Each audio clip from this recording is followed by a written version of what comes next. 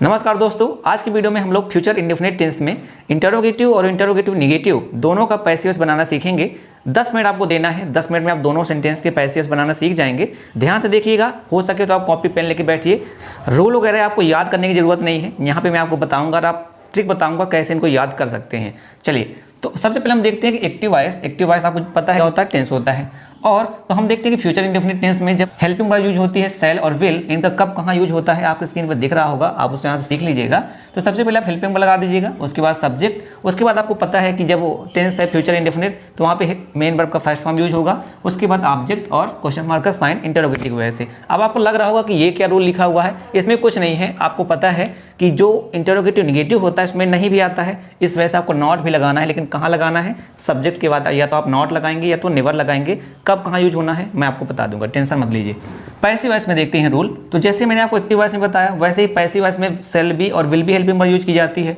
तो वहाँ पे आपको करना क्या है, दो पार्ट में हेल्पिंग वर्ब है, सेल बी या विल बी। आपको क्या करना है कि सेल और विल में से एक लगाइए, उसके बाद आप ऑब्जेक्ट लगाइए, उसके बाद बी, ठीक है। और उसके बाद बाकी चीज़ें सेम होती हैं जैसे अभी तक आप लोगों ने पैसिव वॉइस पढ़ा है। इसी तरह यहाँ पे देखिए, करना कुछ नहीं है। ऑब्जेक्ट के बाद आपको नॉट या नेवर लगाएंगे, है ना, क्योंकि इंटरोगेटिव निगेटिव वजह से। उसके बाद बी लगा दीजिए। तो बाकी चीज़ें सेम होंगी जैसे आप लोगों ने पहले पढ़ी हुई है, ठीक है। इनका यूज करके देखते हैं, बाकी टाइम बर्बाद नहीं करते हैं, यहाँ से चीज़ें और आपको क्लियर हो जाएंगी। चलिए, पहला सेंटेंस क्या लिखा हुआ है, will he accept my invitation for dinner, क्या वह रात के खाने के लिए मेरा निमंत्रण स्वीकार करेगा। ठीक है, ये कोई क्वेश्चन पूछ रहा है, हिंदी में लिखा हुआ है। चलिए, इसको जब पैसिव वॉइस हम बनाएंगे काफ़ी आसानी सेंटेंस बनते हैं। आपको करना क्या है पता है, आपको सेल और विल में से हेल्पिंग वर्ब लगानी है। आपका ऑब्जेक्ट देखिए क्या है, माई इन्विटेशन। इसके अकॉर्डिंग आपको हेल्पिंग वर्ब लगानी है। तो क्या आप लगाएंगे, यहाँ पे आप लगाएंगे विल, उसके बाद लिखेंगे माई इन्विटेशन, ठीक है। अब देखिए यहाँ पे नहीं तो आया नहीं है, मतलब नॉट तो नहीं लिखा, इस वजह से डायरेक्ट आप क्या लगाएंगे, बी लगा देंगे। तो विल माई इन्विटेशन बी।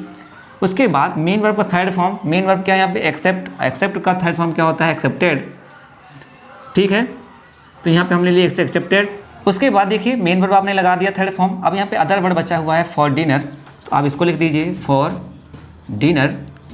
उसके बाद आपको करना क्या है, आपका जो सब्जेक्ट है यहाँ पे ही, तो ही का आपको ऑब्जेक्टिव फॉर्म लगाना है, लेकिन पहले बाय लिखना है। उसके बाद ही का ऑब्जेक्टिव फॉर्म क्या होता है, हिम, लास्ट में क्वेश्चन मार्क का साइन। सेंटेंस क्या बन गया, will my invitation be accepted for dinner by him, ठीक है। चलिए, तो चलिए अब दूसरा सेंटेंस हम बनाते हैं। क्या लिखा हुआ है कि shall I ever forget those happy days, क्या मैं उन खुशी के दिनों को कभी नहीं भूल पाऊंगा। चलिए, जब इसको हम बनाएंगे तो देखेंगे सबसे पहले ऑब्जेक्ट हमारा यहाँ पे क्या है, दोज हैप्पी डेज।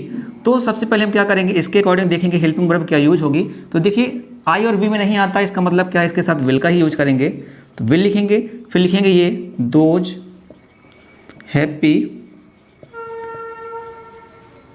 डेज। उसके बाद क्या करना है हमको, देखिए यहाँ पे एवर लिखा है, एवर लिखा हो या नेवर लिखा हो, हम बी लिखने के पहले ही इसको लिख लेंगे। तो यहाँ पे हम लिखेंगे एवर, उसके बाद लिखेंगे हम बी, ठीक है। तो will those happy days ever be. अब आपको क्या करना है, मेन वर्ब का थर्ड फॉर्म लगाना है। तो मेन वर्ब क्या है यहाँ पे, फॉरगेट, और फॉरगेट का थर्ड फॉर्म क्या हो जाएगा, फॉरगॉटन, ठीक है। उसके बाद आपको क्या करना है, अब देखिए यहाँ पे क्या अदर वर्ड कुछ है, नहीं है। तो इसके बाद क्या करेंगे, बाय लगा के सब्जेक्ट का ऑब्जेक्टिव फॉर्म लिख देंगे। तो यहाँ पे आई लिखा है, आई का ऑब्जेक्टिव फॉर्म क्या हो जाता है, मी, ठीक है। लास्ट में हम क्वेश्चन मार्क का साइन बना देंगे। आई होप ये सेंटेंस आपको समझ में आ गया होगा। नेक्स्ट सेंटेंस बनाते हैं। क्या लिखा हुआ है कि will the teacher not teach a new lesson today, क्या शिक्षक आज एक नया पाठ नहीं पढ़ाएंगे। इसको आप इंटरोगेटिव तरह बना सकते हैं, इंटरोगेटिव निगेटिव तरह भी बना सकते हैं। मैं आपको बता रहा हूँ, अगर नॉट लगा देंगे तो ये इंटरोगेटिव निगेटिव हो जाएगा, तो उसको अकॉर्डिंग बनाएंगे। अगर नॉट नहीं लगाएंगे तो वो इंटरोगेटिव तरह बनाएंगे। चलिए, अगर हम इसको इंटरोगेटिव निगेटिव तरह बनाते हैं तो क्या करेंगे, सबसे पहले हम देखेंगे हमारा ऑब्जेक्ट क्या है, अ न्यू लेसन, ठीक है। इसके अकॉर्डिंग हेल्पिंग लगाएंगे, क्या लगेगा, विल, फिर लिखेंगे आ न्यू लेसन। उसके बाद देखिए नॉट लगा है ना, तो हम क्या करेंगे, बी, इसका दूसरा पार्ट लगाने के पहले विल का हम क्या करेंगे, नॉट लगा देंगे, उसके बाद बी लिखेंगे, ठीक है। यानी सब्जेक्ट ऑब्जेक्ट के बाद ही आपको नॉट लगाना है, फिर बी लिखेंगे, ठीक है। चलिए, अब क्या करना है हमको, मेन वर्ब देखना है। तो मेन वर्ब क्या है, टीच, और टीच का थर्ड फॉर्म क्या होता है, टॉट, TAUGHT, टॉट। अब देखिए अदर वर्ड कुछ है क्या, टुडे है, इसको लिख देंगे टुडे। और उसके बाद देखेंगे अब कुछ नहीं है हमारे में, जो सब्जेक्ट है द टीचर, तो बाय लगाएंगे, उसके बाद हम लिख देंगे द टीचर। ठीक है, लास्ट में क्वेश्चन मार्क का साइन बना देंगे। आई होप यहाँ तक आपको चीज़ें क्लियर हो गई होंगी। अब नेक्स्ट सेंटेंस देखते हैं। लास्ट क्या लिखा हुआ है कि will Riya never find it, क्या रिया इसे कभी नहीं ढूंढ पाएगी। अब इसको देखिए, यहाँ पे इट आपका ऑब्जेक्ट है। ठीक है, इट के क्वेश्चंस मैंने आपको बहुत कम ही कराए हैं, बट यहाँ से आप देख लीजिए।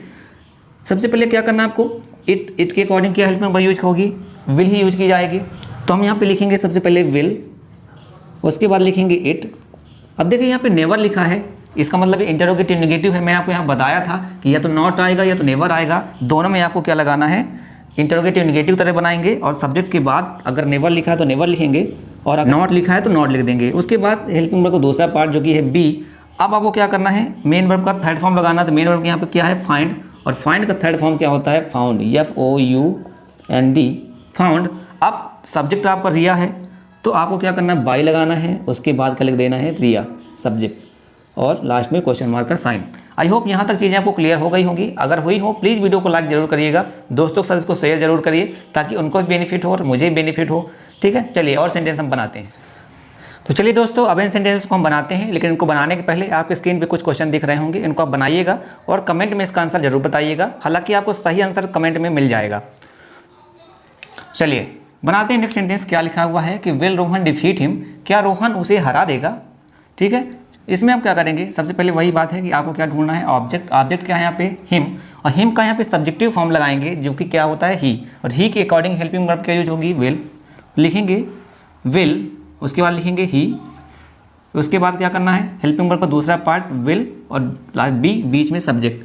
उसके बाद आप देखिए जो कि आपकी मेन वर्ब है डिफीट, डिफीट का आपको क्या करना है, थर्ड फॉर्म लगाना है, क्या हो जाएगा, डिफीटेड।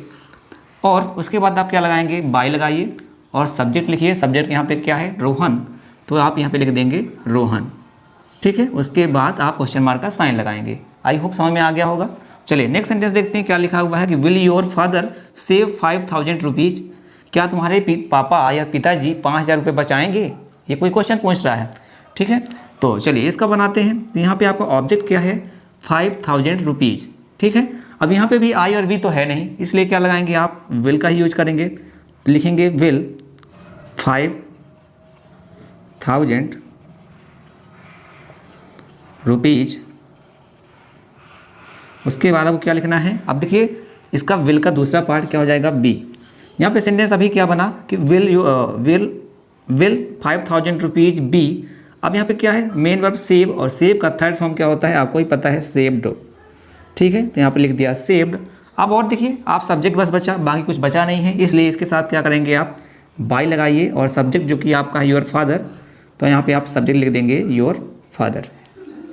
ठीक है, आई होप सेंटेंस आपको समझ में आ रहे होंगे। प्लीज़ लाइक जरूर करिएगा अभी तक अगर आप लोगों ने ना किया हो। ठीक, चलिए नेक्स्ट सेंटेंस देखिए क्या लिखा है, will the labourers not repair the road, क्या मजदूर सड़क की मरम्मत नहीं करेंगे। मजदूर, ठीक है, यहाँ पे एक से ज़्यादा मजदूरों की बात हो रही है, क्योंकि यहाँ पे करेंगे लिखा हुआ है, और यहाँ पे भी दिख रहा है ये एस लिखा हुआ है ना लेबर के साथ, इसका मतलब क्या है कि प्लूरल है। चलिए इसका पैसिव वॉइस बनाएंगे। सबसे पहली बात क्या है कि रोड, द रोड क्या होगा, इसका ऑब्जेक्ट हो गया, इसके साथ भी क्या लगाएंगे हम, विल लगाएंगे, विल द रोड। उसके बाद यहाँ पे देखिए नॉट लगा हुआ है, ये इसका मतलब इंटरोगेटिव नेगेटिव का सेंटेंस हो गया है ना, यहाँ पे हेल्पिंग वर्ब, यहाँ पे नॉट, इसलिए आप यहाँ क्या करेंगे, नॉट लगा देंगे। उसके बाद लिखेंगे आप बी। ध्यान रखिएगा, आपको ध्यान सिर्फ इतना ही रखना है कि हेल्पिंग वर्ब का दूसरा पार्ट लगाने के पहले आपको नॉट लगाना है सब्जेक्ट के बाद में। ठीक, ये गलतियाँ आप ना करें, अदरवाइज सेंटेंस आपका गलत हो जाएगा। उसके बाद देखिए आपको जो आपको मेन वर्ब है रिपेयर, इसका थर्ड फॉर्म लिख देंगे, क्या हो जाएगा, रिपेयर्ड। उसके बाद अब आपको क्या करना है, आपका जो सब्जेक्ट है यहाँ पे क्या, द लेबरर्स, और आपके सेंटेंस में और तो कुछ है नहीं, इसलिए हम लगाएंगे यहाँ बाई। उसके बाद लिखेंगे हम द लेबरर्स, द लेबरर्स। ठीक है, लास्ट में क्वेश्चन मार्क का साइन। चलिए लास्ट सेंटेंस हम बनाते हैं इस वीडियो का। क्या लिखा हुआ है कि will you steel the book, क्या तुम किताब चुराओगे। ठीक है, अब यहाँ पे आप नॉट अगर लगा देते ना कि will you not steel the book, तो यह हो जाता क्या तुम किताब नहीं चुराओगे, इसलिए फिर उसको आप बना देंगे निगेटिव की तरह। ठीक है, तो ध्यान रखिएगा, आपको सेंटेंस में सिर्फ नॉट लगाना है ना मेन वर्ब के इसके सब्जेक्ट के बाद, तो वो इंटरोगेटिव निगेटिव का सेंटेंस बन जाता है। ठीक, इसलिए मैं अलग से आपके लिए वीडियो नहीं बनाया। इसको देखते हैं पहले।